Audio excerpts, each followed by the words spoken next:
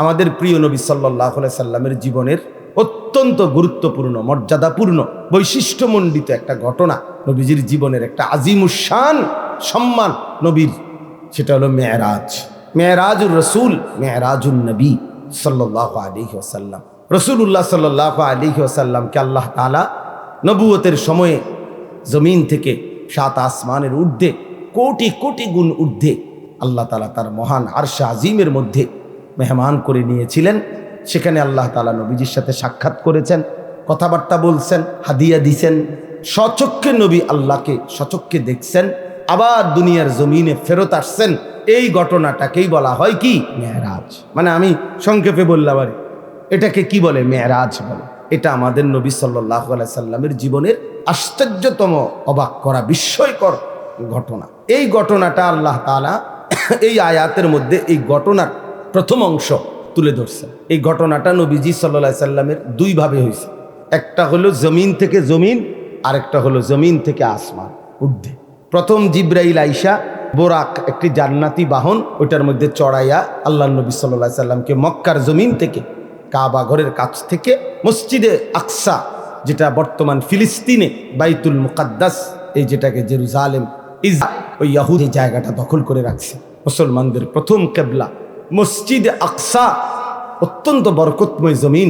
এই বরকতময় ভূমি, মসজিদ, ওইখান পর্যন্ত প্রথম জিব্রাইল নবীজিকে নিয়ে গেছে। তাহলে মক্কার জমিন থেকে ওই বাইতুল মুকাদ্দাসের জমিন মসজিদে আকসা, মানে মসজিদে হারাম থেকে মসজিদে আকসা।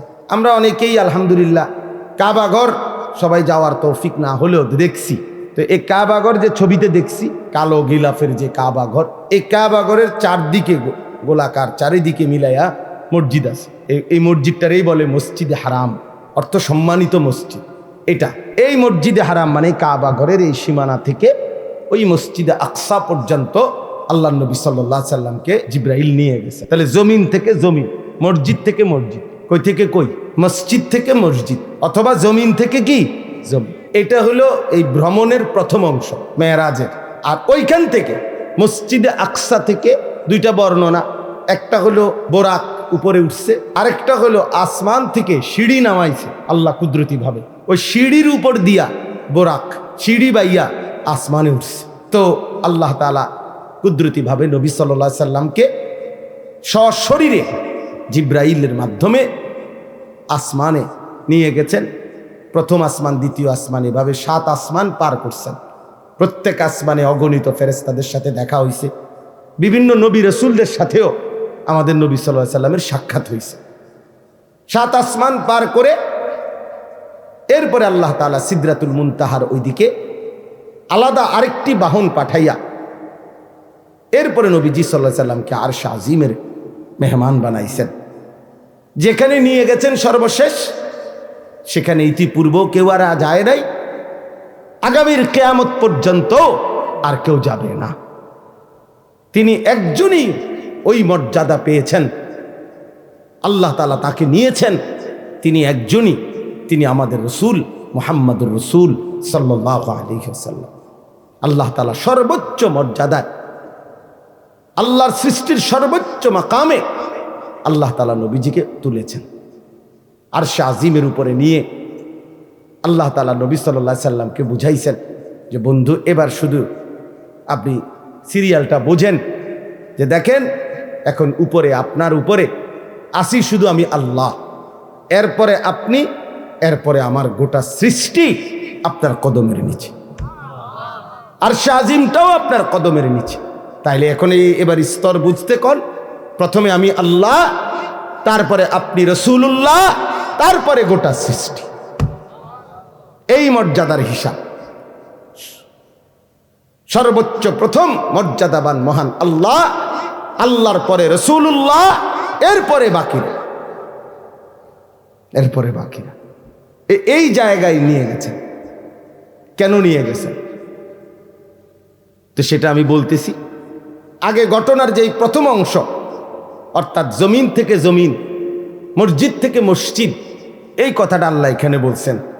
সুবহানাল্লাযী আসরা, পবিত্রময় সত্তা সেই মহান আল্লাহ, বড় বেশি পবিত্রতম, যিনি তার বান্দা প্রিয় রসুলকে নিয়ে গেছেন রাত্রিবেলা মিনাল মসজিদিল হারামি ইলাল মসজিদিল আকসা, মসজিদে হারাম থেকে মসজিদে আকসা পর্যন্ত।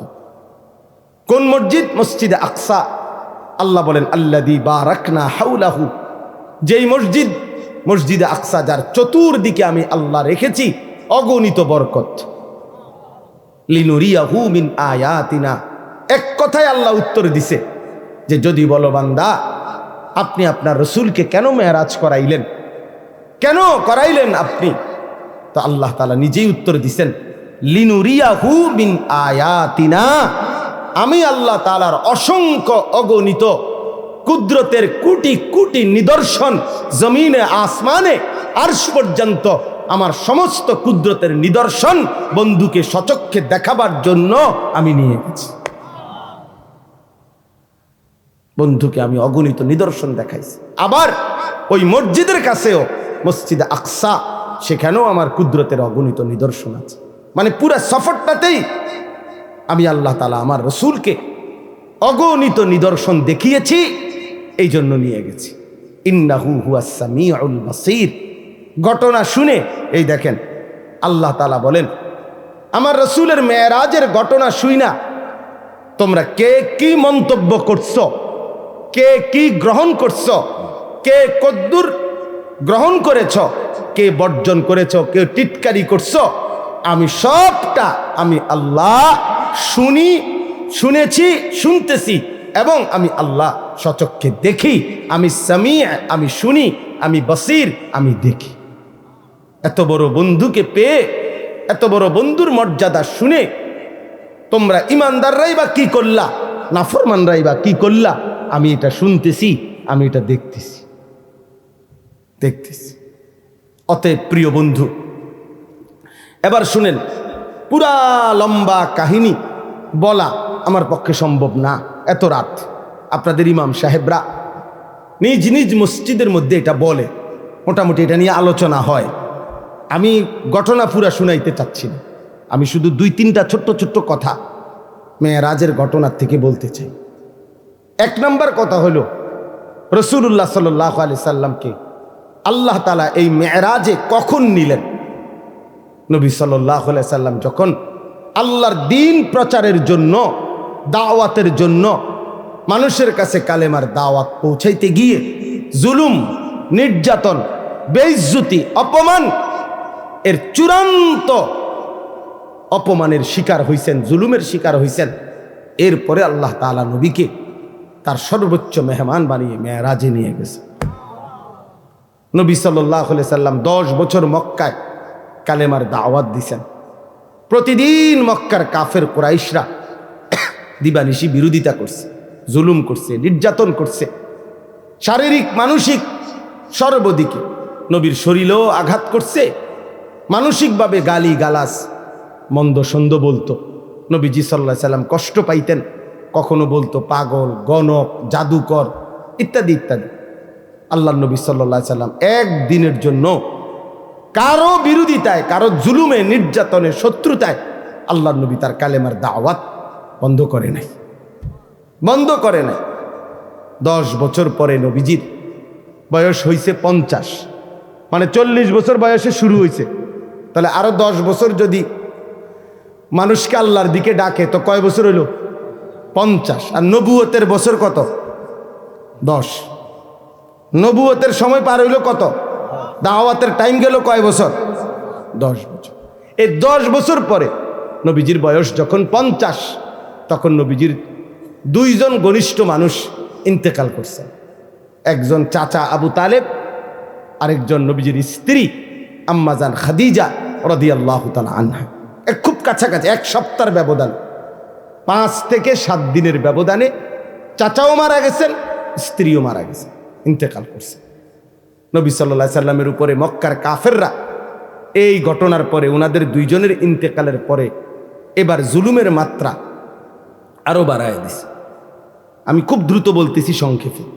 নবী সাল্লাল্লাহু আলাইহি সাল্লাম তখন এই মক্কা ছেড়ে, মক্কা থেকে পার্শ্ববর্তী তায়েফ, এই 10তম বছরের পরে 11তম বছরে নবীজি তায়েফ গেছেন। তায়েফে কালেমার দাওয়াত দিছেন। দীর্ঘ 1.5 মাস পর্যন্ত, কিন্তু একটি লোক তায়েফের কালেমা গ্রহণ করেনি, নবীজির কথাটাকে গ্রহণ করেনি, বরঞ্চ সবাই দূর দূর করে তাড়ায় দিছে। এমনকি এই তায়েফের সর্দাররা তাদের ছেলেদেরকে, কিশোর ছেলেদেরকে লাগায় দিছে, এই লোকটা পাগল, নাউজুবিল্লাহ, যত মারো পাথর মেরে তারে বের করে দাও। আল্লাহ নবী সাল্লাল্লাহু আলাইহি সাল্লামকে তায়েফের বাচ্চারা অজরে পাথর মারছে, সারা দেহ নবী সাল্লাল্লাহু আলাইহি সাল্লামের রক্ত ঝরছে।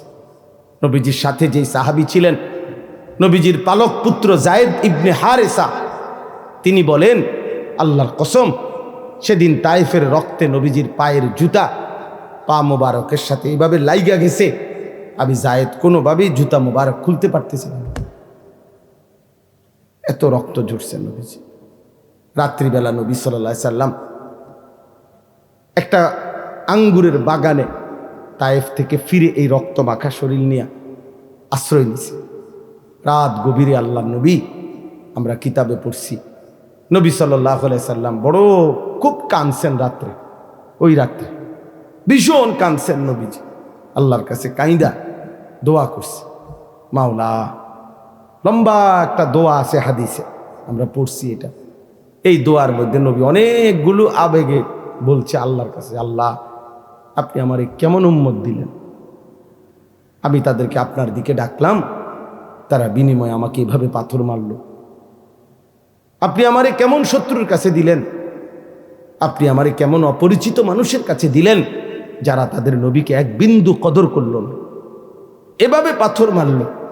এভাবে অনেক মনের আবেগে আল্লাহর কাছে অনেক কথা বলে, দেখেন একটা কথা ওই হাদিসে আছে, ওই দোয়ার মধ্যে নবী একটা কথা বলছে, তবে আল্লাহ, মনের কষ্ট যাই তা বললাম, তবে আমার একটাই কথা, যদি আপনি আসমানওয়ালা মালিক আমার, আপনি যদি ইনলাম তাকুন আলাইয়া গাদাবুন ফালা উবালি, এই মাওলা, যদি আপনি আমার উপরে নারাজ না হন, আপনি যদি বলেন আপনি আমার উপরে অসন্তুষ্ট হন নাই, আপনি খুশি আছেন, তো আল্লাহ কসম, ফালা উবালি, আমি কোনো পরোয়া করি না, আমার কোনো চিন্তা করি না, আপনি রাজি থাকলেই আমার চলবে।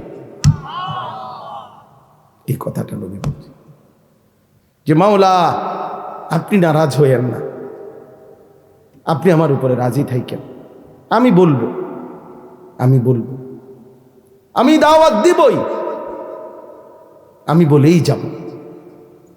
তো আল্লাহর নবী সাল্লাল্লাহু আলাইহি ওয়াসাল্লাম মক্কায় ফিরে আসছে। এই দেখেন ছেলেরা, বাপ, তোমরাও শোনো, এই যখন নবীজি এই রক্তাক্ত হয়ে মক্কায় ফিরে আসছে, এই 11তম বছর, 51 বছর নবীজির বয়স, এই তখন মক্কাবাসী এত বেশি বিদ্রুপ করছে নবীজিরে, রাত দিন টিটকারি করতে লাগছে, হায় মোহাম্মদ, তুমি শুনলাম তোমারে আল্লাহ বলে অনেক ভালোবাসে, তোমারে অনেক মর্যাদা দিব, তোমার অনেক সম্মান, কথাই তো তুমি কইলা, কত কিছুই তো শুনাইলা আমাগরে, কই আজকে আমরাও তোমারে তাড়ায় দিলাম, তায়েফে গেলা, সেখানের তারাও তোমারে তাড়ায় দিল, এমন কি ছোট ছোট বাচ্চারা তোমারে পাথর মারে, তো তোমার সম্মান কই, আর তোমার আল্লাহ কই, কই তোমার মর্যাদা, কই তোমার সম্মান? চিন্তা করে দেখেন। আচ্ছা, এই কথাটা বলার পর রাসূলুল্লাহ সাল্লাল্লাহু আলাইহি ওয়াসাল্লামের কলজাটার মধ্যে কেমন কষ্টটা লাগছে, একবার দুইবার না, পথে ঘাটে বলতে লাগছে যে হায় মুহাম্মদ, তোমার ইজ্জত কোথায়, সম্মান কোথায়, তোমার আল্লাহ তোমারে কই মর্যাদা দিল, তোমার বাচ্চারা পর্যন্ত পাথর মারে। এই তখন আল্লাহ তাআলা এই ঘটনার পরে তায়েফ থেকে ফিরে আসার কিছুদিন পর আল্লাহ তাআলা নবী সাল্লাল্লাহু আলাইহি সাল্লামের ব্যাপারে যখন মক্কাবাসী এইভাবে বিদ্রুপ করতে লাগছে, তখন আল্লাহ একদিন জিব্রাইলকে বলছে, জিব্রাইল যাও, যাও জিব্রাইল, আমার বন্ধুকে আমার কাছে নিয়ে আসো। বন্ধু আমার অনেক দিন কষ্ট সইছে, আমার বন্ধুর প্রতি ফোঁটা রক্ত আমি দেখছি, আমি বন্ধুর চোখের পানি দেখছি, যাও আজ আমি বন্ধুকে সম্মান দেব, গোটা পৃথিবীবাসীকে দেখায় দেব আমার বন্ধুর ইজ্জত কাকে বলে, সম্মান কাকে বলে, আজ দেখায় দেব। এই জিব্রাইলকে পাঠাইয়া জমিন থেকে 7 আসমানের ঊর্ধ্বে আল্লাহর আরশে নিয়ে গেছে। নিয়ে বলছে, পৃথিবীবাসী এবার দেখো প্রিয়জনের সম্মান কি। আমার জন্য যে কোরবানি করে, আমার জন্য যে ত্যাগ স্বীকার করে, আমার জন্য যে মানুষের মন্দ কথা শুনে, আমার জন্য যে জুলুমের শিকার হয়, আমি তাকে কোথায় নিয়ে আসছি দেখো। এই তখন আল্লাহ তাআলা নবী সাল্লাল্লাহু আলাইহি সাল্লামকে সর্বোচ্চ সম্মান দিয়েছেন, কারণ এর চাইতে ঊর্ধ্বে কোনো মাখলুক, আল্লাহর কোনো সৃষ্টি উঠতে পারে না, পারেও নাই, পারবেও না, পারবেও না। তাহলে আমরা এই কথার দ্বারা কি বুঝলাম? আমি সবাইকে এতটুকু বলতে চাই, বাবারাও, মেরাজের এই ঘটনার থেকে, আল্লাহর নবী সাল্লাল্লাহু আলাইহি সাল্লামের জীবনের এই প্রেক্ষাপট থেকে আমরা এটা বুঝলাম যে আল্লাহর জন্য, দ্বীনের জন্য, মানুষকে আল্লাহর দিকে ফিরাবার জন্য, এমনকি নিজের স্ত্রী, সন্তান, পরিবারকেও আখিরাত, নামাজ, আল্লাহর দিকে ফিরাইবার জন্য জীবনের যত লজ্জাই পাইতে হয়, যত কষ্টই করতে হয়, খোদার কসম একজন মুমিন যদি সেটা করে, আল্লাহর কসম সে লজ্জিত হবে না। একদিন হাসরের ময়দানে আল্লাহ তাআলা তাকে বাদশাহী দান করবে। আজকে আপনারা অনেক বাবারা আছেন, আপনারা 2 বার 10 বার বলে আপনাদের ছেলেদেরকে ছেড়ে দিছেন, আপনাদের মেয়েদেরকে নিজের হাতে ছেড়ে দিছেন, স্ত্রীদেরকে নিজের হাতে ছেড়ে দিছেন। আহা, মুসলমানের বাপ বাইচা আছে, 16 বছরের ছেলেটা 1 ওয়াক্ত নামাজ পড়ে না, অথচ তার বাপ জীবিত, তার মা জীবিত। আহ, এই বাবার গায়ে সহে কেমনে? এই বাবা ভাত খায় কেমনে? কোনো দিন ফজরের নামাজ ছেলেটা পড়ে না, কোনো দিন পড়ে না। 365 দিনের 1 বছরে আহারে মা কেমনে ঘুমায়, বাবা কেমনে ঘুমায়, কেমনে রাত এদের ভোর হয়, কেমনে ভোর হয়। কোনো বাবা যদি সন্তানের প্রতি এতটুকু মায়া থাকতো যে আমার ছেলেটা তো আগুনে জ্বলবে, জাহান্নামের আগুনে, আমি কেন তাকে ফেরাবো না? আমার জীবনের আর কি অর্থ আছে? আরে আমি কার জন্য খাট বানাই, কার জন্য ঘর করি, কার জন্য বাজার করি? এই দুশ্মনের জন্য বাজার করে লাভ কি?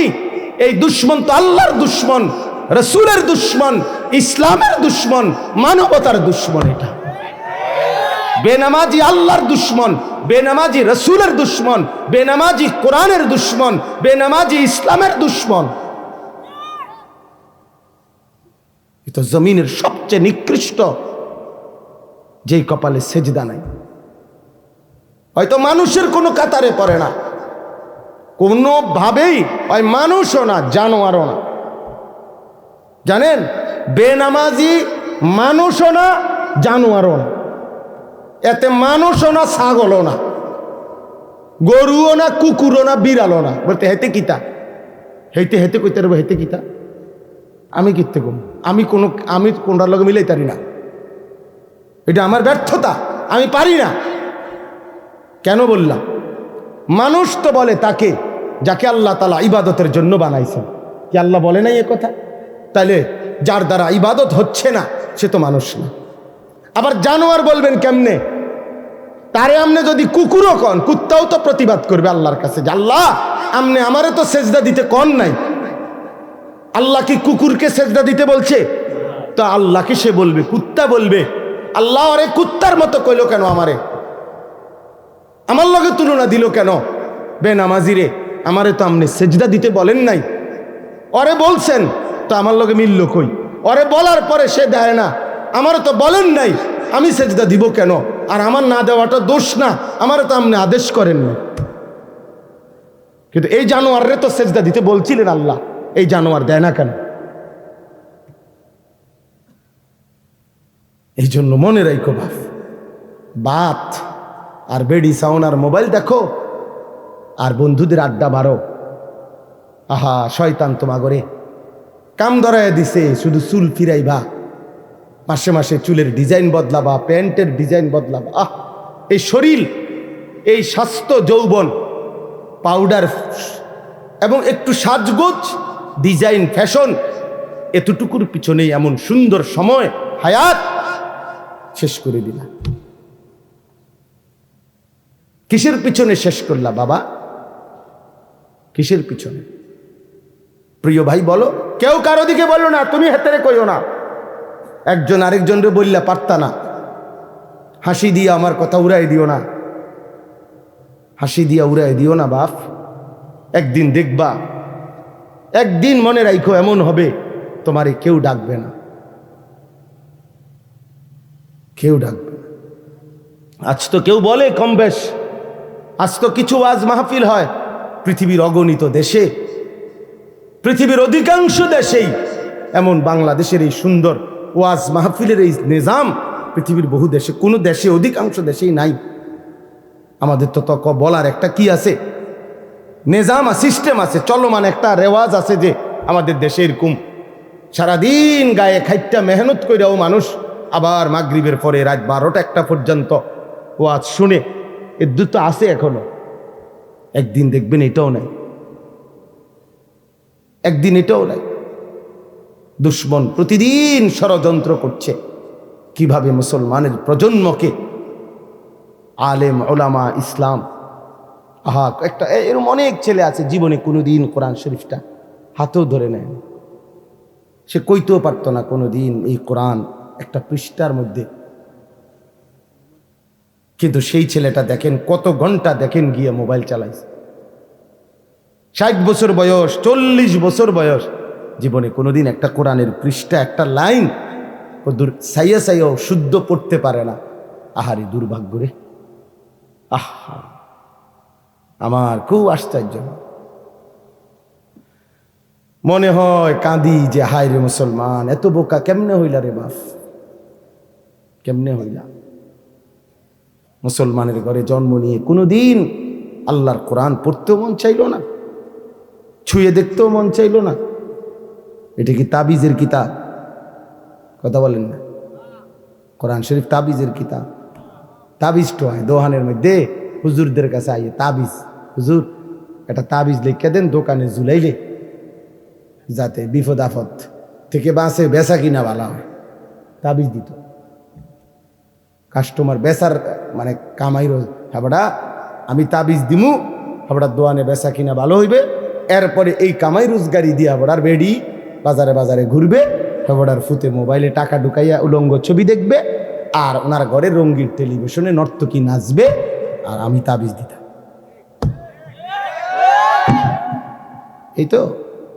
এই তো বিবেক, এই তো ইনসাফ। আল্লাহ আমাদেরকে বুঝ দান করেন।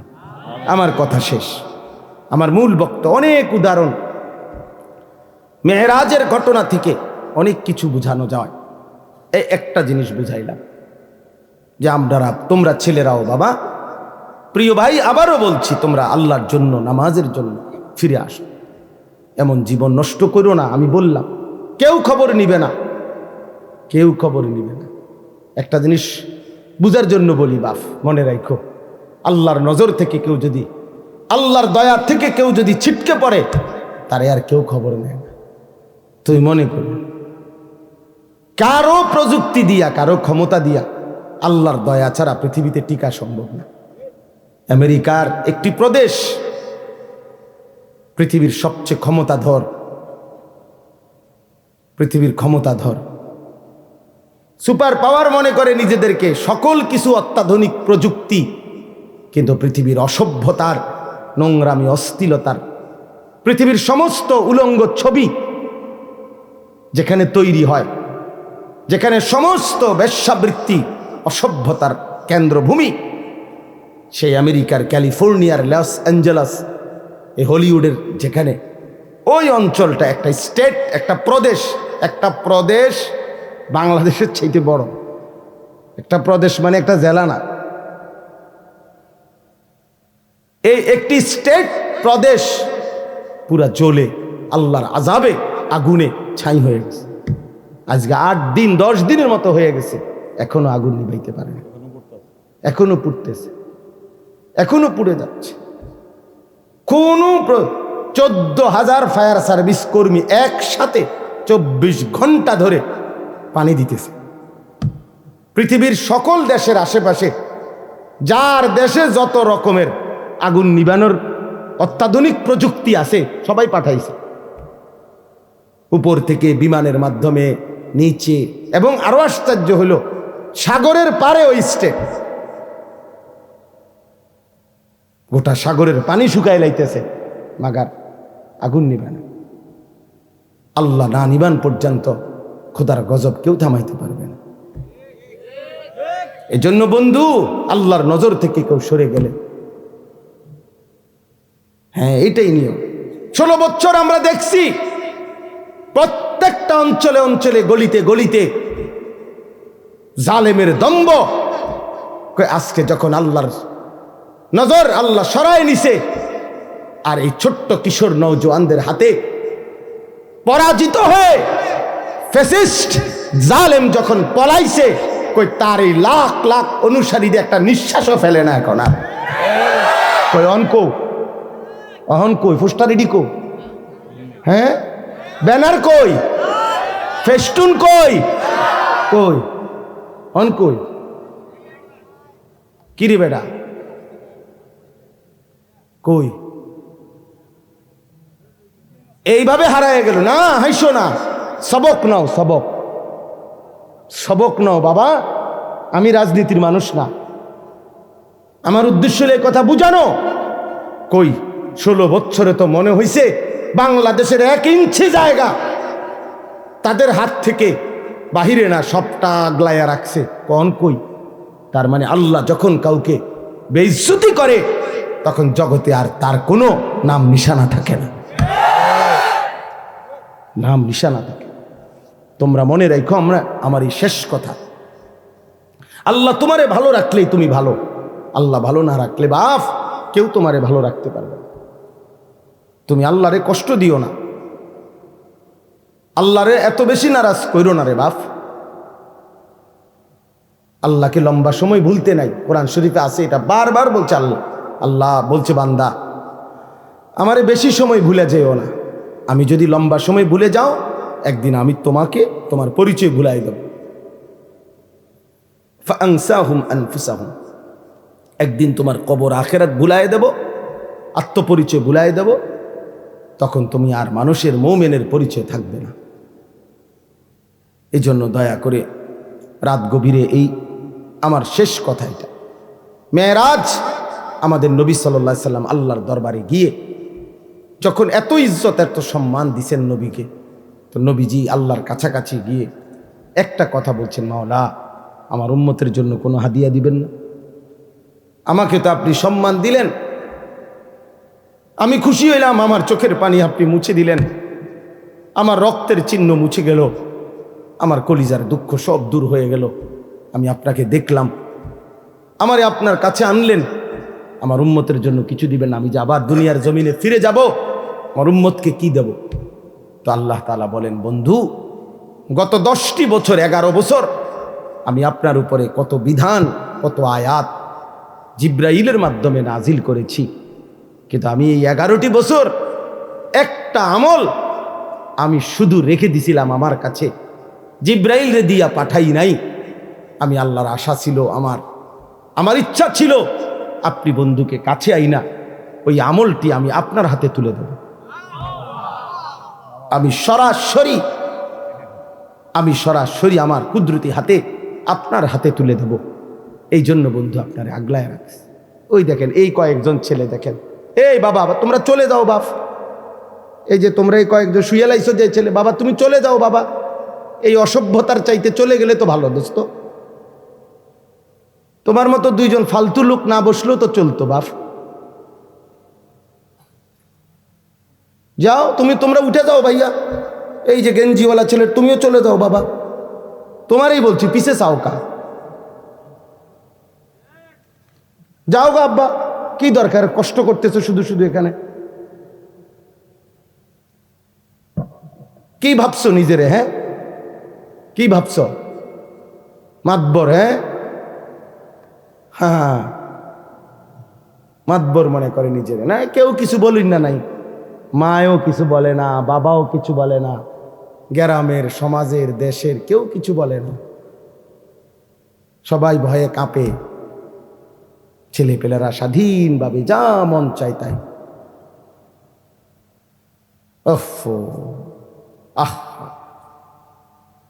বিবেকহীন হলে কেমন যা হয়।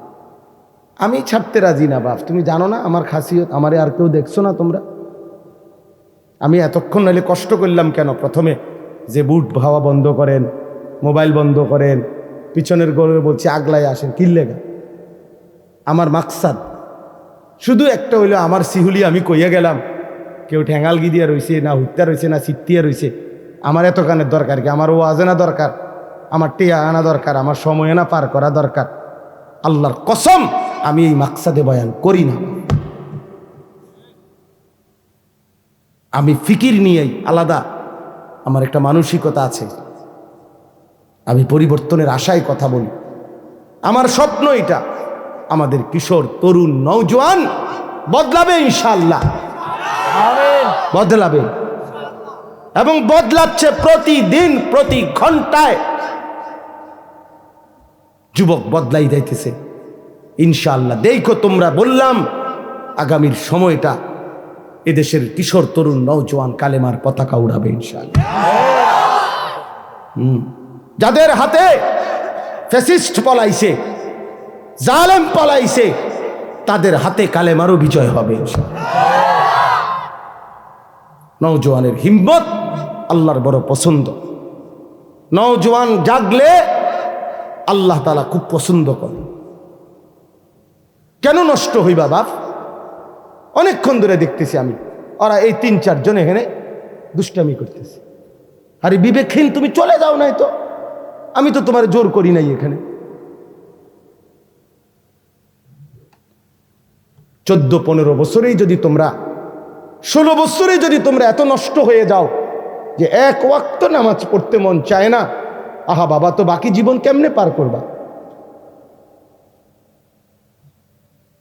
18 বছর বয়সে যদি এত হাজার নারী দেখে ফেলো, তো বাকি জীবন কি দেখবা? বিবাহিত স্ত্রী দেখে তো আর মজা পাইতা না। সত্য কথা বললাম, খোলামেলা বললাম। বয়স্ক বাবা না থাকলে আরো বলতাম। একদিন চরিত্র নষ্ট করতে করতে প্রয়োজনের মুহূর্তে আর কিছুই মিলবে না। এর দূরে বললাম, বিবেক থাকলে ভাইব। হারাম, হারাম তোমার শরীর নষ্ট করে দেয়। আল্লাহ তাআলা প্রত্যেকের জন্য ভালোবাসার এক প্রিয়তম স্ত্রী আল্লাহ তাআলা রেখেছেন। আল্লাহ তাআলা রেখেছেন হালাল স্ত্রীর পবিত্র চাহনি, তার মধ্যে বরকত আছে, ভালোবাসা আছে, তার ভিতরে ইবাদত আছে। নবী সাল্লাল্লাহু আলাইহি সাল্লাম বলছে, কেউ তার স্ত্রীকে যদি ভালোবেসে আদর করে একটা লোকমা খাবার মুখে তুলে দেয়, একটা রুটি তুলে দিছে, আল্লাহর কসম নবী বলছে আল্লাহ তাআলা সাদকার সওয়াব আমলনামায় তুলে দিবে। আর যে ব্যক্তি ভিন নারী দেখছে, তো তার চোখের মধ্যে কিয়ামতের দিন সীসা গলায়া চোখে দেওয়া। তাহলে দুটোটারই কথা আছে। এক হালাল সন্তান, পবিত্র স্বামী স্ত্রীর বন্ধনের যে সন্তান। আমি তো প্রায় বলি, মিয়া আমার ছোট মেয়ে আছে, আমার ছোট্ট মেয়েটা আমার কাছে মনে হয়, সবসময় আমি বলি, ওর হাসি, আমার মেয়ে হাসলে আমার কাছে মনে হয় দুনিয়া হাসে, জগৎ হাসে। আমার কাছে মনে হয় আমার এই ছোট্ট মেয়ের হাসি মুখের গোটা পৃথিবীর সব সুন্দর কিছুই না, এই বাচ্চার হাসিটা যতটা সুন্দর। তাহলে এক বাচ্চা, এক স্বামী স্ত্রী, এক পবিত্র বন্ধন, বাবা, এর বরকতই আলাদা। তুমি কেন নারী দেখা, ছবি দেখা নষ্ট হয়ে যাবা? আমার বললাম, আমি এই 17, 18, 16 বছর বয়সে বাবা আরো নাদুস নুদুস চেহারা, সুরত, গাল, চোখ, মুখ আরো নাদুস নুদুস, আরো হৃষ্টপুষ্ট হওয়ার কথা। কিন্তু এখন তোমাদের অধিকাংশ ছেলের চেহারা, চোখ, গাল, মুখ ভিতরে ঢুকা। এটার একটা অন্যতম কারণ, মনে রাখো আমার কথা, এর একটা অন্যতম কারণ এই যে অব্যাহত নারী ছবি, নাচ গান, উলঙ্গ দৃশ্য তোমরা যে দেখো, খোদার কসম আল্লাহর কসম গুনাহ শরীরকে দুর্বল করে, এটা কিতাবে আছে। এজন্য চেহারার সৌন্দর্য থাকে না। চুল দিয়া সুন্দর না বাপ, দয়া করে এই জন্য ভালো হোক, সুন্দর হোক, আখলাক সুন্দর করো। আল্লাহ তাআলা আমাদের প্রতিটা ছেলেকে কবুল করে নেন, আল্লাহ তাআলা আমাদের এই মাহফিলকে কবুল করে নেন, আজকের এই সুন্দর আয়োজনের মধ্যে বরকত দান করেন। আমরা মনে রাখতে হবে তাহলে আমাদের মেরাজ নবীজির ঠিক তারিখ খোঁজা এটা মূল বিষয় না, সবক নেওয়া মূল বিষয়। তাহলে আমরা সবক নেব, এক, আল্লাহর দ্বীনের জন্য আমার সব কোরবান হোক, তারপর আমি আল্লাহকে নারাজ করব না, বিনিময়ে আল্লাহ আমাকে সম্মান দেবেন। দুই, মেরাজের শ্রেষ্ঠতম হাদিয়া 5 ওয়াক্ত নামাজ, সেটা আমরা জীবনের জন্য গ্রহণ করব। আমাদের জন্যই তো আনছেন নাকি, তা আমরা সেটা গ্রহণ করব। 5 ওয়াক্ত নামাজ। মেরাজ মানে খিচুড়ি না, মেরাজ মানে বিরিয়ানি না, মেরাজ মানে জিলাফি না, মেরাজ মানে 5 ওয়াক্ত নামাজের সিজদা। মেরাজ মানে আল্লাহর জন্য জীবন কোরবানি করা। মেরাজ মানে জীবনে আল্লাহর জন্য, দ্বীনের জন্য সমস্ত কষ্ট, জুলুম, নির্যাতন, লাঞ্ছনা, বঞ্চনা হজম করে আল্লাহকে রাজি করার চেষ্টা করা, এটা মেরাজ। মেরাজ মানে বিরিয়ানি। হ্যাঁ, হুজুর 12 ডেক করছে, 12 ডেক বিরিয়ানি। বাহ বাবা, কতক্ষণ গান গাইবো, গজল গাইবো, ডোলে লরে, বাহ। হ্যাঁ, খালাস খালাস। এরপরে বিরিয়ানি খাইয়া মাশাআল্লাহ মেরাজ পালন করছে। মেরাজ বলে পালন করছে, মেরাজ আবার পালন করে কেমনে? মেরাজ আবার পালন হয় কেমনে? আবার এটা মেরাজ তো সবক নেওয়া, যে নবী আমার কেন মেরাজে গেলেন, নবী আমার মেরাজ থেকে কি আনলেন। মেরাজ যদি পালন করতেই হয় তো প্রত্যেক দিনই তো পালন করা যায়, প্রতি ওয়াক্ত নামাজই তো মেরাজ। তাইলে তো 5 ওয়াক্ত নামাজ প্রতিদিনই তো মেরাজ, প্রতিটা সেজদার মধ্যেই তো মেরাজ। তো আপনি আলগা টোহান কিন্তু আমার ওই যে অনেকে আছে, আপনি দেখবেন সবে বরাত 3-4 দিন আগে জিঙ্গা, হুজুর নামাজটা কোন দিন, নামাজ কোন দিন, ডাকাইতে জিঙ্গায় নামাজ কোন দিন, মানে কি নামাজ বুঝছেন না? সবে বরাতারই, সবে বরাতে যে নামাজটা পড়বো এবারে হিটা কোন দিন, ওটা নামাজ টোহায়, নামাজ টোয়া পায় না, নামাজ আড়াইয়া গেছে দেবীর দেখতে, নামাজ গেছে গে হেদিকে কসবার হেদিকে, ওটা নামাজ টোয়ায়। নামাজ কোন দিন? নামাজ তো প্রতিদিন, নামাজ কোন দিন? তো তুমি কি নামাজ টোয়াও, কি নামাজ টোয়াও বাবা? এই জন্য দয়া করে আমি বললাম, কোন একটি দিবস উদযাপন করা, কোন একটি দিন উদযাপন করা, এটা মূল মাকসাদ না, বরং সবক নেওয়া মূল মাকসাদ। ঠিক আছে ইনশাআল্লাহ? নওজোয়ান রাগ হইও না, যখন যারে জেদ্দুর ধমক দিছি তোমার ভালোর জন্য বলছি, তুমি ভালো হইলে আমারও লাভ, তোমারও লাভ। তুমি সেজদা দিলে আমারও সওয়াব, তোমারও সওয়াব। তোমরা আগাইলে ইনশাআল্লাহ ইসলাম আগাবে, আগামী দিনে ইসলামের পতাকা উড়বে ইনশাআল্লাহ। সারা পৃথিবী আমরা আশাবাদী খুব, যে ইনশাআল্লাহ আগামী সময়টা আমাদের ইসলামের। হ্যাঁ, এটা একটা সিরিয়ালে আছি আমরা, মানে এটা একটা নিয়ম আছে। কোরআন শরীফে একটা আয়াত আছে, আল্লাহ বলছে আমি মানুষের অবস্থা বদলাই, পরিবর্তন করি। অতিলকাল আইয়ামু নুদাবিলুহা বাইনান নাস। এজন্য মানুষ সবসময় হাসে না, সবসময় কাঁদে না, মানুষ সবসময় সুখে থাকে না, সবসময় দুঃখেও থাকে না, মানুষ সবসময় অসুস্থ থাকে না, সবসময় সুস্থও থাকে না। ঠিক কিনা? অবস্থা কি হয়? পরিবর্তন। মুসলমানদের অবস্থা একসময় পৃথিবীব্যাপী মুসলমানদের বাদশাহী ছিল, খেলাফত। আজকে 100 বছরের বেশি হয়ে গেছে মুসলমানদের খেলাফত নাই। মুসলমান আমরা আজকে 100 বছরের বেশি নির্যাতিত, মজলুম, সারা পৃথিবীতে জুলুমের শিকার। তো কাজেই আল্লাহ বলছে আমি মানুষের অবস্থা বদলাই। তাহলে এইবার এটা প্রমাণ করে ওলামায়ে কেরাম বলতেছেন যে এবার আল্লাহর সিদ্ধান্ত তো নতুন আসবে, পরিবর্তন হবে অবস্থা। তাহলে একসময় আমাদের হাতে রাজত্ব ছিল, মাঝখানে অনেক দিন আমরা রাজত্ব হারা, গড় হারা, আমরা মজলুম, জুলুমের শিকার, নির্যাতনের শিকার। জমিনে ইমানদারের রক্তে জমিন ভাসছে বহুদিন। ইনশাল্লাহ এইবার সিরিয়ালে নতুন করে আল্লাহর সিদ্ধান্ত যেদিনে আসে সেদিনে ইসলামের বিজয় হবে। মনে রেখো, এটা সিরিয়ালে আসি আমরা এখন সিরিয়ালে, বিজয়ের সিরিয়ালে। আলহামদুলিল্লাহ আমরা এখন বিজয়ের সিরিয়ালে আছি। একদিন ঘুম থেকে জায়গা তোমরা শুনবা নাই, সারা পৃথিবীতে ইমানের বিজয় হবে। সেদিন তুমি আফসুস করবা, হায় চরিত্র কেন নষ্ট করলাম। অনেক বড় পাপ কোরআন শরীফে আছে, ওমান আযলামু মিম্মান যুক্কিরা বিআয়াতি রাব্বিহি সুম্মা আ'রাযা আনহা। যে ব্যক্তি আল্লাহর কথা তার কানে শুনবার পরেও সে তার থেকে বিমুখ, অমনোযোগী, আল্লাহ তাআলা কোরআনে বলছে তার চাইতে বড় জালেম আর কেউ না। সরাসরি কোরআন শরীফ। এই জন্য বললাম 3 নম্বর আর একটা কথা হলো, ভিতরে বৈশা বুট বাদামও খাওয়া যাবে না।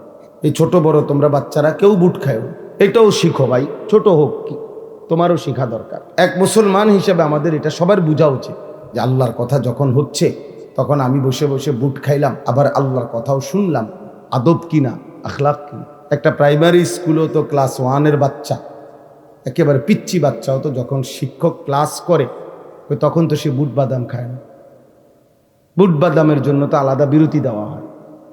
টিফিন আওয়ারে ক্লাসের আগে পিছে সে হয়তো কিছু খায়, কিন্তু ক্লাস চলাকালীন তো সে বুট বাদাম খায় না। কোনো টিচার খাইতে দিব, তা আমি দেবো কেন? ইনসাফ কি বলেন? আমি কেন দিব? কোরআনুল কারীম কি বাংলা বইয়ের চাইতে দামি না? অঙ্ক ইংরেজি বইয়ের চাইতে দামি না? তাইলে এই জন্য বললাম কম হোক, কিন্তু মনোযোগ দিলে কথা ঢোকে, ফায়দা হয়। কলসটা ট্যাপ বরাবর, কল বরাবর মুখোমুখি ঠিক মতো দিলে অল্প চাপেই পানি পুড়ে যায়। কিন্তু একটু ডান বাম করে রাখলে পরে ঠিক আছে, অনেক দেরি হয় অথবা অপচয় হয় বেশি। আর যদি কলস বালতি একটু সরাইয়ে রাখে তাহলে সারা পৃথিবীর সব পানি ঢাললেও কলস আর পুড়বে না। তো বক্তা তো আসছে একেবারে মনে করেন 5 জন 10 জন বড় হুজুর আসছে, কিন্তু আমি তো কলস রাখছি সাইডে, বালতি রাখছি আমি সাইডে, মানে আমি মনোযোগ দেই নাই, আমি নিজে কোনো মানসিকতাই নাই আমার আল্লাহর কথা তারা আমার পরিবর্তনের। তাহলে কি হবে বাপ? লাভ কি হলো? প্রত্যেকেই যদি যার যার জায়গায় এটা সিদ্ধান্ত নেই যে আমি যেমনি আছি এমনি, বাবুরে হুজুররা বললে বলো, শোনার দরকার শুনছি, অনেক মানুষ গেছে দেখে আমিও গেছি। এই হাদিসে আছে, মনোযোগ দিয়ে শোনেন কথাটা। হাদিসে স্পষ্ট, আমি নিজে পড়াইছি, যে ব্যক্তি নাফরমান পাপী সে কবরের 3টি প্রশ্নের জবাব দিতে পারবে না। তো তৃতীয় যে প্রশ্নটা, এই তৃতীয় প্রশ্নের ব্যাপারে ফেরেশতা তাকে জিজ্ঞেস করবে যে এই যে ইনি যাকে তোমাদের কাছে পাঠানো হয়েছিল তার ব্যাপারে তোমার বক্তব্য কি, তুমি কি জানো? তিনি বলবেন, ওই নাফরমান বলবেন আমি কিছুই জানি না। তবে এই স্পষ্ট হাদিসে আছে, ওই নাফরমান বলবে লোকে শুনতাম ওনাকে বলতো উনি নাকি নবী, তা আমিও এরকম বলতাম, উনি নবী পেয়ের দূরে, কিন্তু উনি আমার জন্য কি, ওনার থেকে আমার কিছু গ্রহণ করার আছে, আমার জীবনে ওনার থেকে নেওয়ার মতো কিছু আছে, এটা আমি ভাবতাম না। আল্লাহর কসম, তখন আল্লাহ তাআলা বলবে নাফরমান এই বান্দাকে কবরের মধ্যেই জাহান্নামের পোশাক পরিয়ে দাও, জাহান্নামের বিছানা বিছায়া দাও, আর জাহান্নাম বরাবর দরজা এই নাফরমানের দরজায় কবর থেকে খুলে দাও। তাহলে এই যে লোকে বলতো উনি নাকি শেষ নবী, আমাদের একজন নবী আছে, আমরাও তো অনেকের ধারণা এটা, আমাদের একজন নবী আছে, উনি অনেক বড় নবী, শ্রেষ্ঠ নবী, উনি আল্লাহর প্রিয় নবী মুহাম্মদ সাল্লাল্লাহু আলাইহি ওয়াসাল্লাম। তো সেটা তো ঠিক আছে, বুঝলেন, কিন্তু আপনার জন্য কোনো করণীয় কিনা আছে কিনা, সেই নবী আমার জন্য কেন আসলেন, পৃথিবীতে কেন আসলেন, তার থেকে আমি কি নিলাম, এটা তো দেখার বিষয় ছিল। এটা তো উচিত ছিল যে আমার চুল, চেহারা, লেবাস, পোশাক, আমার ঘর সংসার, বাজার, ব্যবসা, চাল চলন, উঠা বসা, লেনদেন, আচরণ, উচ্চারণ, এর মধ্যে আল্লাহ নবী সাল্লাল্লাহু আলাইহি সাল্লামের কোনো অনুসরণ আছে কিনা। আমার জীবনের কাজ মনে করেন 20টা, একজন আমার কাম, এখন 20টার মধ্যে আমার রসুল সাল্লাল্লাহু আলাইহি সাল্লামের অনুসরণ আছে কয়টা, এটা কি একটু বিবেক দিয়েও মিলানো ভাবার কি কোনো দরকার নাই? বলেন, কথা বলেন। তাইলে আমাদের তো এই প্রেরণাই জাগে না। তো এই জন্য বললাম যে অনেকে ওয়াজে গেছে দেখে আমিও গেছি, এই হুজুরের ওয়াজ নাকি এখন অনেকে শুনে, এই জন্য আমিও শুনছি, কিন্তু আমি আমার মতোই। তাহলে তো হইল না বাপ, তাইলে তো হইল না, এটা তো কোনো বিষয় হইল না। তাইলে এই জন্য দয়া করে আমার মূল মাকসাদ, প্রতিদিন আমি ব্যক্তিগতভাবে আলহামদুলিল্লাহ, আপনারা অনেকেই আমার চিনেন, আমি তো এই অঞ্চলে অনেক আসছি গেছি, কিন্তু খুব বেশি অথবা খুব কম এটা নিয়ে শ্রোতার আমার কোনো পেরেশানি নেই। আমার পেরেশানি হলো আমরা মনোযোগ দিয়ে আল্লাহর কথা শুনতে হবে, এবং আল্লাহর কথা আমারও দরকার, আপনাদেরও দরকার, পরিবর্তন আমারও দরকার, আপনাদেরও দরকার। আমরা যে যেখানে আছি সেই অবস্থা থেকে আমাদের আরও অগ্রগতি, উন্নতি, আখেরাতের লাইনের আরও ফিকির আরও বাড়ানো দরকার। আমারও ঘাটতি, আপনাদেরও ঘাটতি। বলেন আপনি তো হুজুর না, আমাগো ঘাটতি শুনলেও আপনি কুল কিনার, আপনি বুঝতেন না। আমাদেরও অসংখ্য অগণিত ত্রুটি, আপনাদেরও ত্রুটি, আপনাদেরও ত্রুটি। তাহলে আমাদের প্রত্যেকের উচিত প্রতিনিয়ত আল্লাহর দিকে, আখেরাতের দিকে, কোরআনের অনুসরণের দিকে এগিয়ে যাওয়া। তো সেটা যদি আমি গ্রহণই না করি, মনোযোগই না দেই, আমি যদি এটা আমার জন্য কোনো প্রয়োজন মনেই না করি, তাহলে হবে কেন? তাইলে হবে কেমনে বাপ? আপনারা দয়া করে এই জন্য মনোযোগ দিয়ে ওলামায়ে কেরামের কথা শুনব। মাওলানা ইসরাফিল আমার অনেক ঘনিষ্ঠ মানুষ, পরিচিত মানুষ, আমাদের ক্যান্টনমেন্টের পাশাপাশি আমরা থাকি। মাওলানা ক্যান্টনমেন্টের একটা মেন, ক্যান্টনমেন্টের একটা গুরুত্বপূর্ণ মসজিদে ইমাম, খতিব, মাদ্রাসার শিক্ষক, তার নিজস্ব একটা প্রতিষ্ঠানও আছে। অনেকক্ষণ বয়ান করছে, আমি তো শুনে অবাক যে একজন মানুষ এতক্ষণ বয়ান করছে। আল্লাহ তার হায়াতে বরকত দান করেন, জবানে বরকত দান করেন। তো বিষয়টা হইল আমরা কি নিলাম নিজের জন্য, যদি একটি কথাও না নেই। এই যে নওজোয়ান, কিশোর, তরুণ, তোমরা ছেলেরা, তোমাদের মেধা, পূর্ণ মেধা। তুমি যদি বলো তুমি বোঝো না, না না, বুড়ো মানুষ কম বুঝতে পারে, কিন্তু জওয়ান তার সব কিছুই জওয়ান। যে যুবক, যে শক্ত সামর্থ্য জওয়ান, তার মেধাও জওয়ান। ছেলেটা নওজোয়ান, তার মেধা কি বুড়ানি? তাইলে তোমার বুঝ, বুদ্ধি, শক্তি, সাহস, হিম্মত, আকল, দিমাগ সব তাগড়া, জওয়ান। তুমি এই মুহূর্তে যে পরিমাণ ভার সইতে পারবা, আরেকজন 60 বছরের, 70 বছরের চাচা সেটা পারবে না। কোরআন শরীফে আছে স্পষ্ট, আল্লাহ তাআলা বলেন, এই আয়াতটা মনোযোগ দিয়ে শোনেন তাহলে বুঝবেন। আল্লাহ তাআলা বলেন সূরা হজ, এই সূরাতে আছে, ওয়ানুকিররু ফিল আরহামি মা নাশাউ ইলা আজালিম মুসাম্মা। আল্লাহ বলেন একটি নির্দিষ্ট সময় পরিমাণ আমি মায়ের পেটে মানব সন্তানকে, বাচ্চাকে অবস্থান করি, রাখি। 9 মাস, 10 মাস, এর মধ্যে একেবারে সংখ্যা কম বেশ হয়, সবার একেবারে গুনা গুনা 9 মাস, গুনা গুনা 10 মাস না। আল্লাহই জানেন কোন বাচ্চাটা কতক্ষণ থাকবে। আল্লাহ তাআলা বলেন সুম্মা নুখরিজুকুম তিফলান, অতঃপর আমি আল্লাহই তোমাদেরকে মায়ের পেট থেকে একটি বাচ্চা, তিফল, তিফল মানে শিশু, একটা শিশু হিসাবে বের করে আনি। সুম্মা লিতাবলুগু আশুদ্দাকুম, অতঃপর আমি আল্লাহই তোমাদেরকে শক্তি, সাহস শরীরের মধ্যে দিতে থাকি। ধীরে ধীরে সেই দুর্বল ছোট্ট বাচ্চা শক্ত সামর্থ্য জওয়ান বয়স হতে থাকে, আগাইতে থাকে। এ দেখেন আল্লাহ তাআলা বলেন, ছোট্ট সেই শিশুটিকে আমি ধীরে ধীরে সামনের দিকে নিতে থাকি, শক্তি বাড়াই, শক্তি বাড়াই, শক্তি বাড়াই। 2 বছরের শক্তি তো 6 বছরে আরও বেশি, 10 বছর বয়সে আরও বেশি, 15 বছর বয়সে আরও বেশি, এইভাবে বাড়াইতে থাকি। এর মধ্যে আমি এই অবস্থায় 2টা কাজ করি। একটা হলো অমিনকুম মান ইউতাওয়াফা মিন ক্বাবল, অমিনকুম মান ইউতাওয়াফা, কাউকে এই বয়স আগাইতে আগাইতে মাঝপথে মৃত্যু দিয়ে দেয়। অর্থাৎ কাউরে 18 বছর, 25 বছর, 30 বছর বয়সে কোনো এক সময় মৃত্যু দিয়ে দেয়। আর কাউকে কাউকে অমিনকুম মান ইউরাদ্দু ইলা আরজালিল উমর, এই কথাটা খেয়াল করেন। এবং কাউকে কাউকে আমি ইচ্ছে করে একেবারে চূড়ান্ত শেষ বয়স, একেবারে বৃদ্ধ আমি আল্লাহ তাআলা পৌঁছাই। কেমন বৃদ্ধ বানাই? এই যে উদ্দেশ্যে আমার কথাটা আয়াতের মধ্যে আছে, শেষ কথাটা, লিকাইলা ইয়ালামা মিন বাদি ইলমিন শাইআ।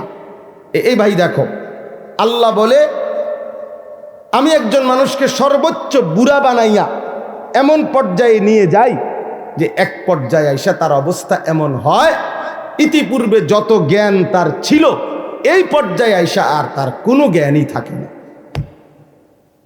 কোনো জ্ঞান আর কি এরকম মাজুর হয়ে যায়। 90 বছর, 95 বছর। ওই যে হে তুমি পারতা না ভাই, আমি বললাম এই খামখেয়ালি করো না বাজান, এই মোবাইল তোমার ঘরে শেষ করে দিস। আহা, এই অসভ্য জিন্দিগি ভাইয়া, অসভ্য জিন্দিগি, এটা নির্লজ্জ জিন্দিগি। মনে রাখো, হায়া শরমহীন জীবন।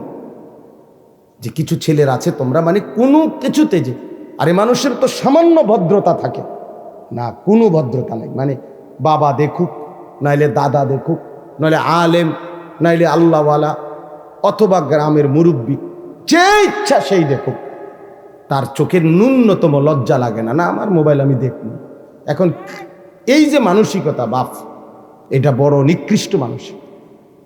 মানুষের সামান্যতম কি থাকতে হয়? লজ্জা শরম থাকতে হয়। মানুষ জন্তু জানোয়ার না, মানুষ ইনসান। ইনসানকে আল্লাহ তাআলা শরাফত দিয়ে বানিয়েছেন, ইনসানকে আল্লাহ তাআলা মর্যাদা দিয়েছেন। ইনসানের ভিতরে আল্লাহ তাআলা দেখেন, পৃথিবীর সমস্ত প্রাণী তার লজ্জাস্থান আলাদা ঢাকবার আলাদা কোনো আচ্ছাদন কাপড় নাই। সে তার নিজের শরীরের অংশ দিয়েই, লেজ দিয়া, রান দিয়া, 2 রানের মাঝখানে রেখে, অথবা লেজ দিয়ে নিজের লজ্জাস্থান ঢাকে অন্য প্রাণী। কিন্তু মানুষকে আল্লাহ তাআলা মর্যাদা দিয়েছেন। এজন্য আল্লাহ তাআলা মানুষের দেহে আলাদা শরীর কাপড় দিয়েছেন, যেন সে তার ইজ্জত, সে তার লজ্জা ঢেকে রাখে। তার মানে মানুষের বিশেষত্বটা আলাদা ভাইয়া, আলাদা। তুমি একজনকে বলি না, সবাইকে বুঝাচ্ছি। এতটুকু আকল না থাকলে যে আমার এলাকা এটা, আমার গ্রামে আমার চাচা আছে, দাদা আছে, নানা আছে, আমাদের গ্রামে আলেম ওলামা আছে, শিক্ষক আছে, বয়স্ক মানুষ আছে। কেউ দেখলে কি মনে করো? কিছুই মনে করো না তোমরা ছেলেরা। তুমি মনে করতেছো রাত দিন 24 ঘন্টা মোবাইলটার প্রতি তোমার নজর, এটার মধ্যেই তুমি তৃপ্তি। না রে বাপ, তোমার যদি একেবারে আমার কথা একদিন হলো, 1 মিনিট বন্ধু অন্ধকারে অথবা একাকী, তুমি আমার কথাটা ভাইবো,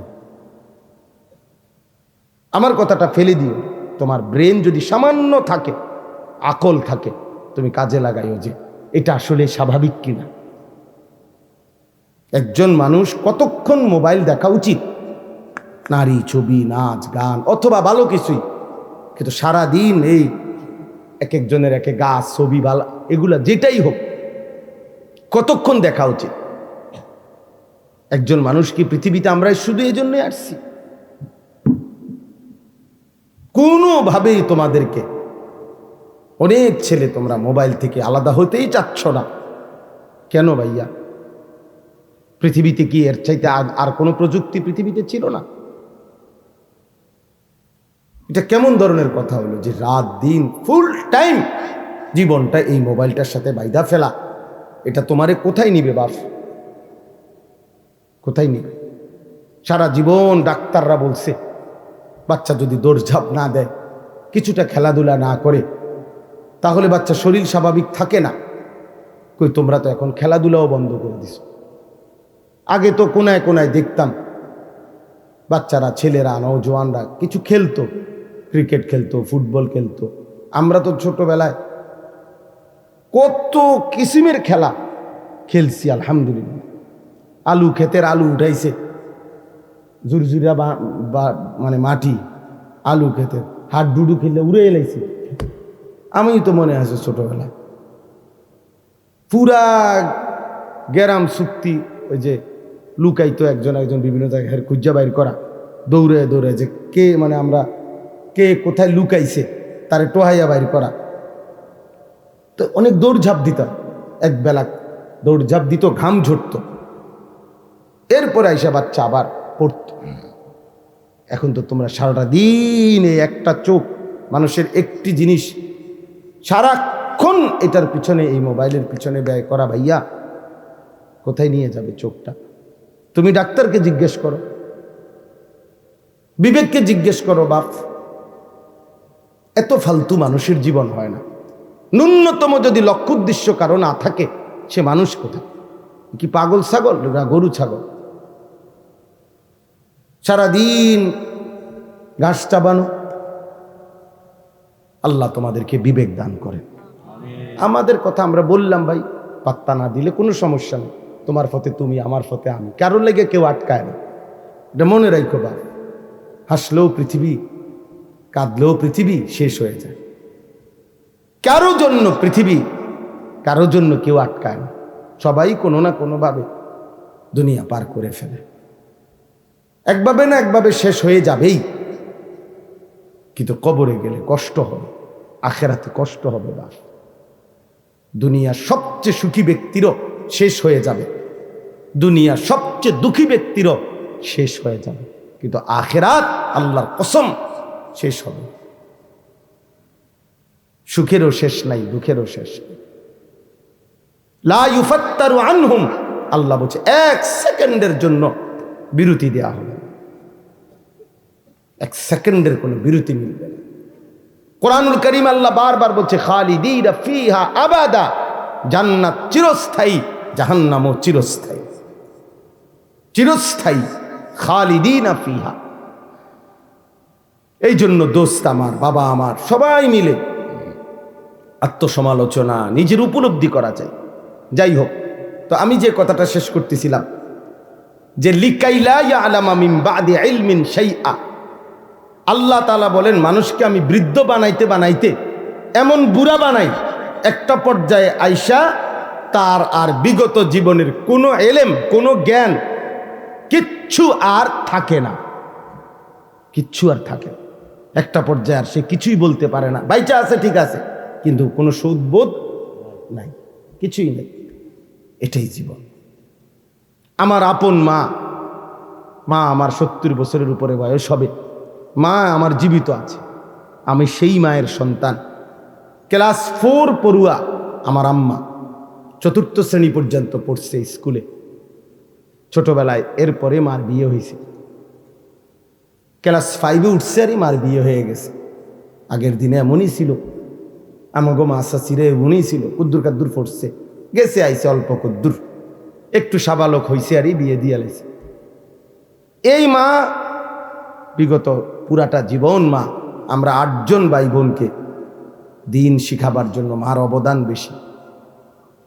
মা আমাদেরকে গোটাটা সংসার আগলায় রাখছে, আমাদের পড়ালেখার খরচ আব্বার থেকে নিয়ে সবাইকে আমাদেরকে লালন পালন করছে। আমাদের আরো 2টা ভাই মারা গেছে, মার ছোট 2 সন্তান জন্মের কিছুদিন পর পরই মারা গেছে। তাহলে ওই 2 ভাইকেও তো মা গর্ভে ধারণ করছে, তাহলে 10 জন। আমরা বেঁচে আছি আলহামদুলিল্লাহ 8 জন, আর 2 জন কি ছোট্ট থাকতেই মারা গেছে। তাহলে 10 জন সন্তান মা গর্ভে ধারণ করছে। তাইলে এই মা, আমি দেখতাম কত কিছু ভাই বোনদের সব তো মায়ে বুঝাইতো, কিন্তু এখন আইসা আমার আম্মা বয়স বাইচা আছে ঠিক, একটি শব্দ কিছু বোঝে না। কিছু বল, নামাজ, মা নামাজ পড়েন, আহা মা রে, আমি আমার সারাটা জীবন আমি বুঝের পরে দেখছি মা একবার সকালবেলা বসে রয়েছে মুসল্লা, মা কি গো উঠতেন না?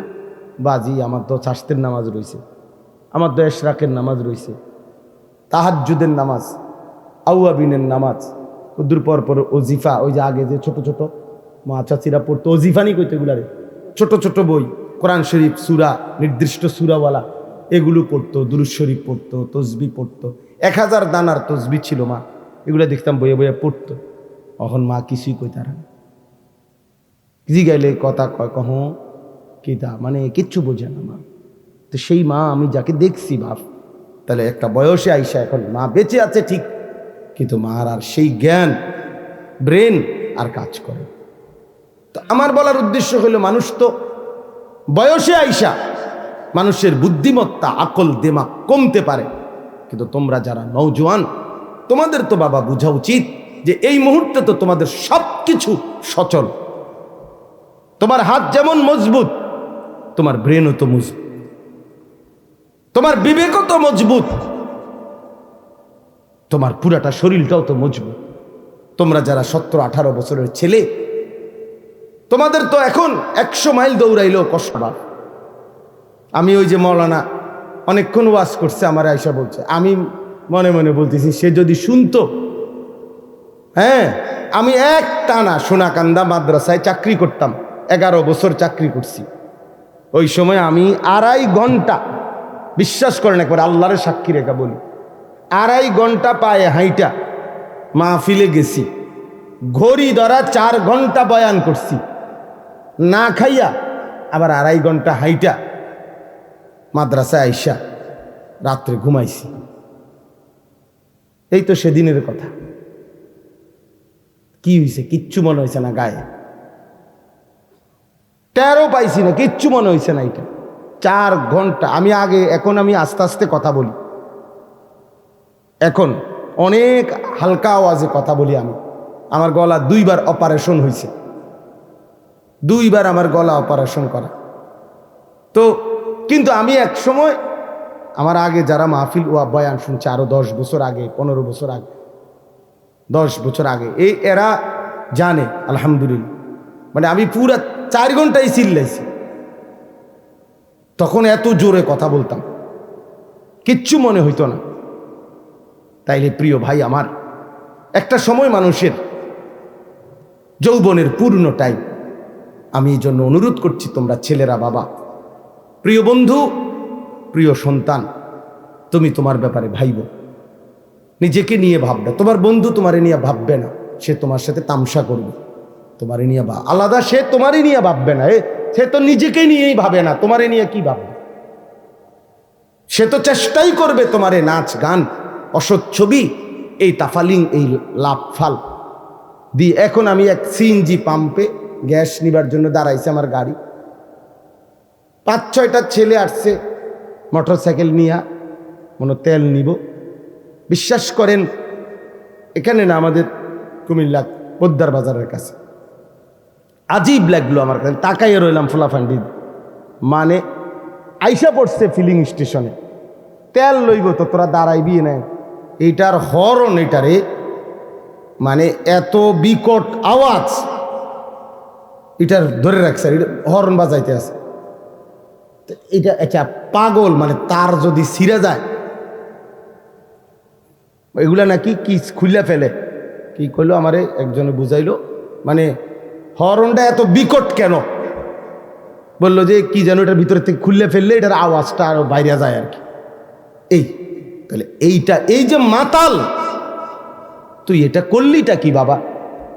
এটার কি অর্থ আছে যে তুই এত জোরে এখানে হরন দিবার কি আছে? তুই তো দাঁড়াইছতে, তেল নিবা তো, তুমি এটার হরন, মানে এটা হের কাছে ভালো লাগতেছে, হাঁসের এক থাপ্পড় মারের, ঠ্যাং দিয়ে দেখলাম লাত্তি মারের। বিশ্বাস কর, মানে আমার কাছে মনে হচ্ছে একটা চিড়িয়াখানার জানোয়ার, চিড়িয়াখানার জানোয়ার ছাড়া আর কিচ্ছু না। এটা কি রে বেটা, তোরা মানুষের বাচ্চা হইলে এমন করস কা? এইতে হেতে লাতিদের থাপ্পড় মারের, কে হাঁসের, কেউ কি দেখে কিনা, আর কোনো মানুষ আছে কিনা ডানে বামে, এতটুকু আকল দে মাপ।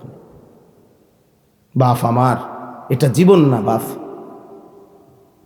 এটা জিন্দেগি না, এভাবে জীবন চলে না, এটাকে সুস্থ মানুষ বলে না, এটা জীবন না। আমাদের প্রত্যেককে আল্লাহ তাআলা, আমাদের মা আছে, বাবা আছে, বংশ আছে, আমাদের ধর্ম আছে, আমাদের আল্লাহ আছে, আমাদের রসুল আছে, আমাদের কোরআন আছে, আমাদের ইসলাম আছে, আমাদের জীবন ফালতু না, আমাদেরকে আল্লাহ অনর্থক বানায় নাই বাপ। সারা দিনে কোনো কাজ নাই, আল্লাহ নাই, রসুল নাই, নামাজ নাই, সেজদা নাই, খোদার কসম এটা মানুষের জিন্দিগি হইতে পারে না। এটা কুকুর বিড়ালের জীবন হইতে পারে, জন্তু জানোয়ারের জীবন হইতে পারে, ইনসানের জিন্দিগি, মানুষের জিন্দিগি আল্লাহ থেকে বিচ্ছিন্ন, আখেরাত থেকে বিচ্ছিন্ন যেই জীবন, এটা মানুষের জীবন নয়, জানোয়ারের জীবন, জানোয়ারের জীবন, জানোয়ারের জীবন, জানোয়ারের জীবন। মনে রেখো, উড়াই দিও তুমি, কোনো সমস্যা নাই, আমি বলে গেলাম, তুমি মনে করো হাসি দিয়া উড়াই দিলে অসুবিধা নাই, সবাই বদলায় যাবে, আমরা এই আশায় বলি না, বদলাবে তো আল্লাহর ফায়সালায়, আমরা বলে থাকি।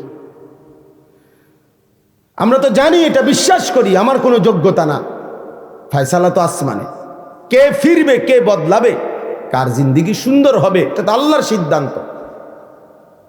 কিন্তু এই জীবন, মানুষের জীবন যেটা, এটা সেজদাওয়ালা জীবন, বন্দিগিওয়ালা জীবন, আখিরাতওয়ালা জীবন। প্রিয় ভাই, কোরআন শরীফের আয়াত শুনেন, আপনারা বাবারাও শুনেন, আল্লাহ কোরআনে ডাইরেক্ট বলছে ফামাসালুহু কামাসালিল কালব, সরাসরি কোরআন শরীফের আয়াত। আল্লাহ বলছে বেঈমান নাফরমান তার উদাহরণ হলো কামাসালিল কালব, কুত্তার মতো। সরাসরি কোরআন। কালবুন অর্থ কুকুর, কুকুর, কুত্তা।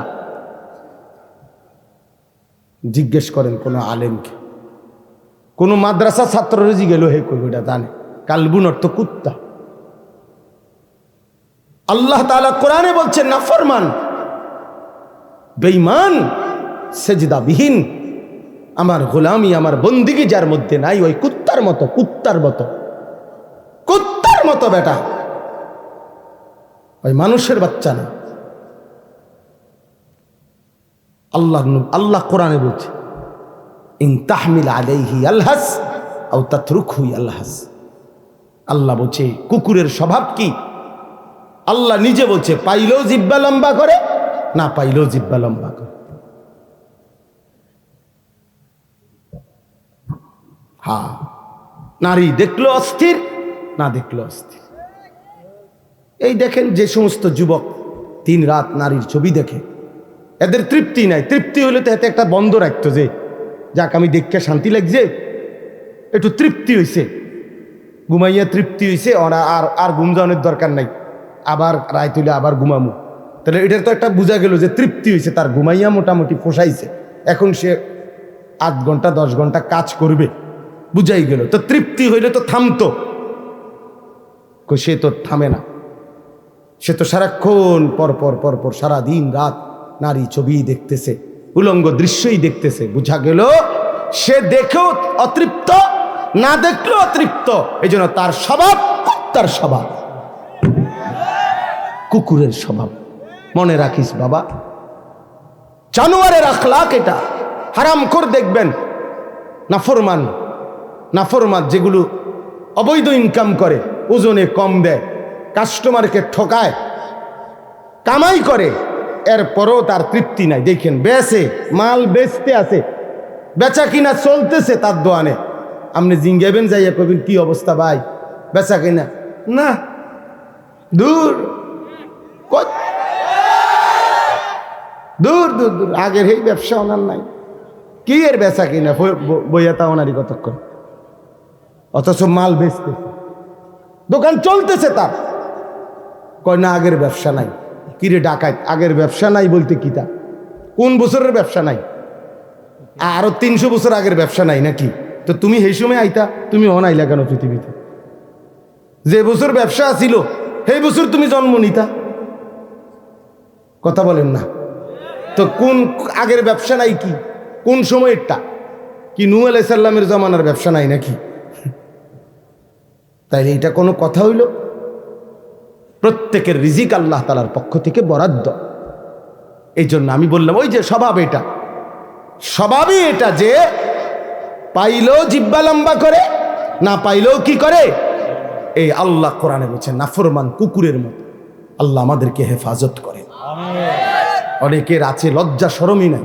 এর কথা হলো আমার যেহেতু শরমে নাই, আমারে কি গরু কয় না, ছাগল কয় না, প্লাস্টিক কয় না, হাফ প্যান্ট কয় না, ফুল প্যান্ট কয়, দূর বেটা, আমি তো এমনিই বেশরম, আমার কইলেই কি বেটা,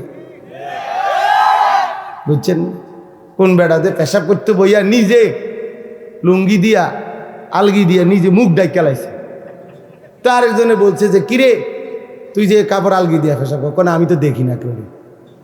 তুমি না কেউরে দেখো না অপদার্থ, কিন্তু সবাই তো তোমারে দেখে না। এর কথা হলে আমি তো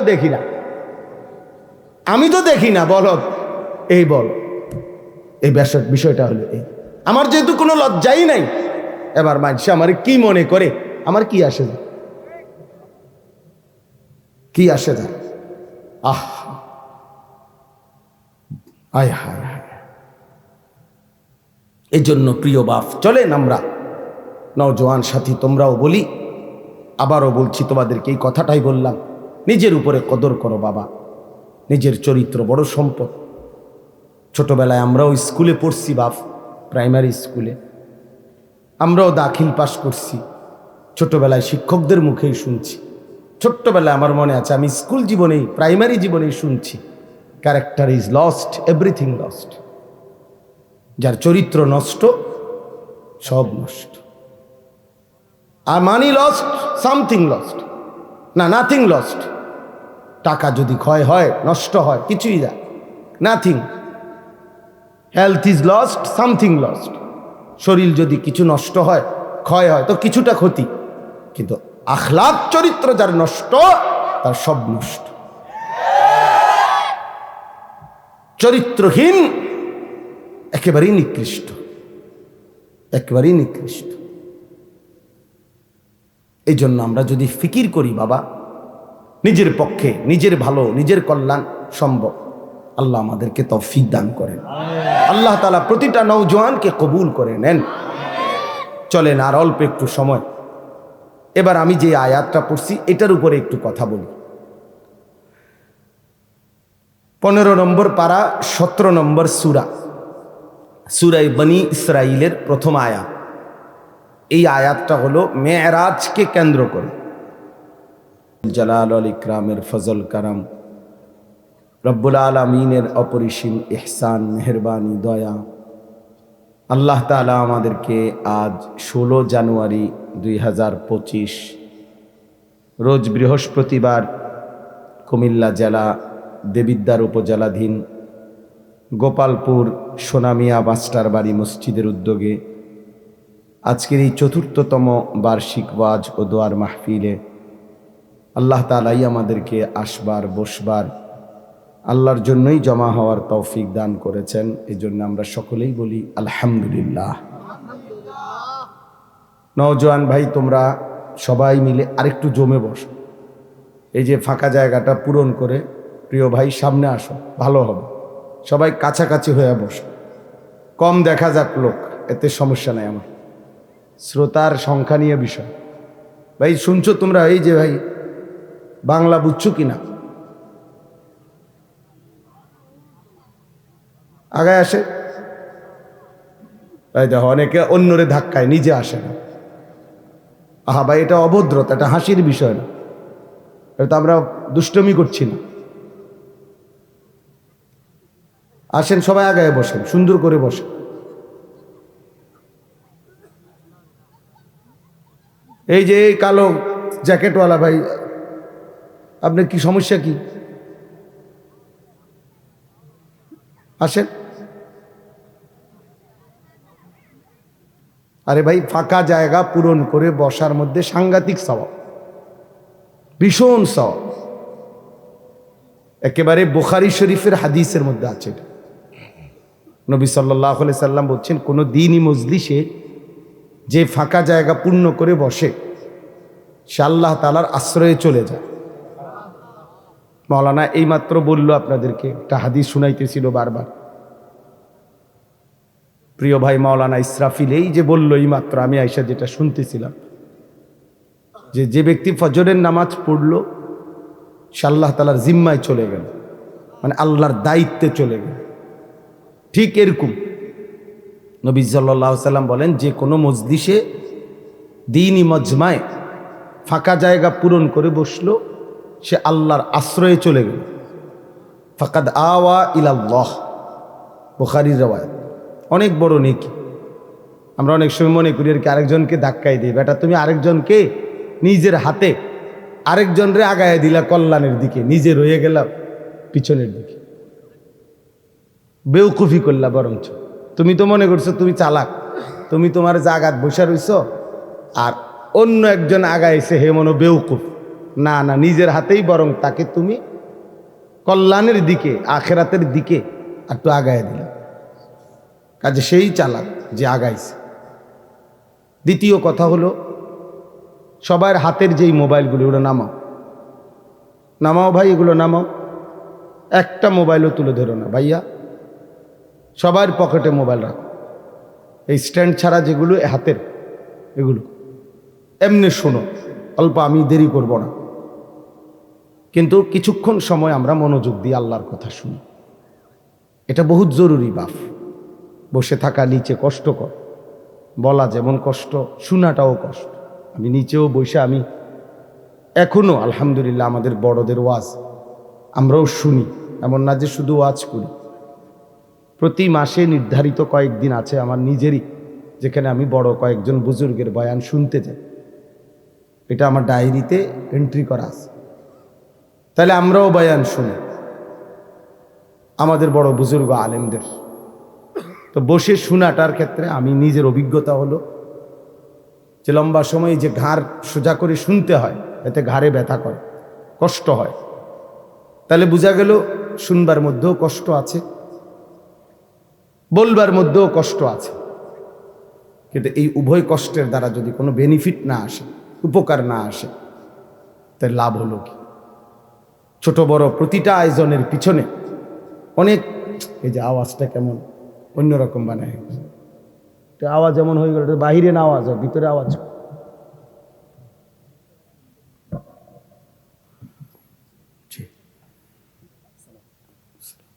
এই কারণে এটা জরুরি বাপ, মনোযোগ থাকা দরকার। এক কথা হলো আমি শুনবো না, ঠিক আছে চলে গেলেন। আরেকটা হলো না, আমি বসছিলামই আল্লাহর কথা শুনবার উদ্দেশ্যে, তাইলে মনোযোগ দিলে ভালো। আর যদি শুনতে মন না চায়, চলে গিয়ে ঘুমায় গেলে আরো ভালো, সমস্যা নেই। কিন্তু মাঝখানে গাফলতি করা, এটা প্রিয় ভাই উচিত না। আল্লাহর কোরআনের প্রতি সামান্যতম অবজ্ঞা অনেক বড় অপরাধ। আখলাক কেন নষ্ট করে না? আল্লাহ আমাদের সকলকে ঈমান আমলের দৌলত দান করেন। আমিন। আলহামদুলিল্লাহি রাব্বিল আলামিন। আল্লাহুম্মা আনতাস সালাম ওয়া মিনকাস সালাম, তাবারাকতা ইয়া দাল জালালি ওয়াল ইকরাম। মাওলায়ে কারীম আপনি মাফ করে দেন, রব্বে কারীম আপনি মাফ করে দেন, মেহেরবান মাওলা আপনি মাফ করে দেন। আয় আল্লাহ আপনি মাফ করে দেন। রাত গভীরে ফোঁটা ফোঁটা কুয়াশা পড়ছে, ঠান্ডার মধ্যেই আপনার কথা শুনেছিলাম। আল্লাহ আপনি আমাদের আখেরাত সুন্দর করে দেন, পেছনের জিন্দিগির সমস্ত গুনাহ মাফ করে দেন।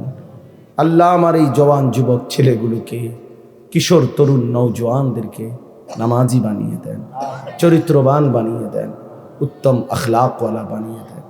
আগামীর ইসলামের জন্য এদেরকে কবুল করে নেন। আগামীর কালেমার পতাকা উড়াবার জন্য, মাহাদির পক্ষে লড়বার জন্য এদেরকে কবুল করে নেন। আমার বাবা চাচাদেরকে আরো বেশি নেক আমলের তৌফিক দান করেন। সমস্ত কবরবাসীদেরকে মাফ করে দেন। কিয়ামত পর্যন্ত কবরের আযাব মাফ করে দেন। কবরগুলোকে জান্নাতের টুকরা বানিয়ে দেন। মা বোনদেরকে পর্দা পশিদা দান করেন। অসুস্থ বিমারি যারা শিফা করে দেন। প্রত্যেকের কামাই রুজিতে হালাল বরকত দান করেন। প্রবাসী বিদেশের জমিনে যারা সহি সালামতে নিরাপদে রাখে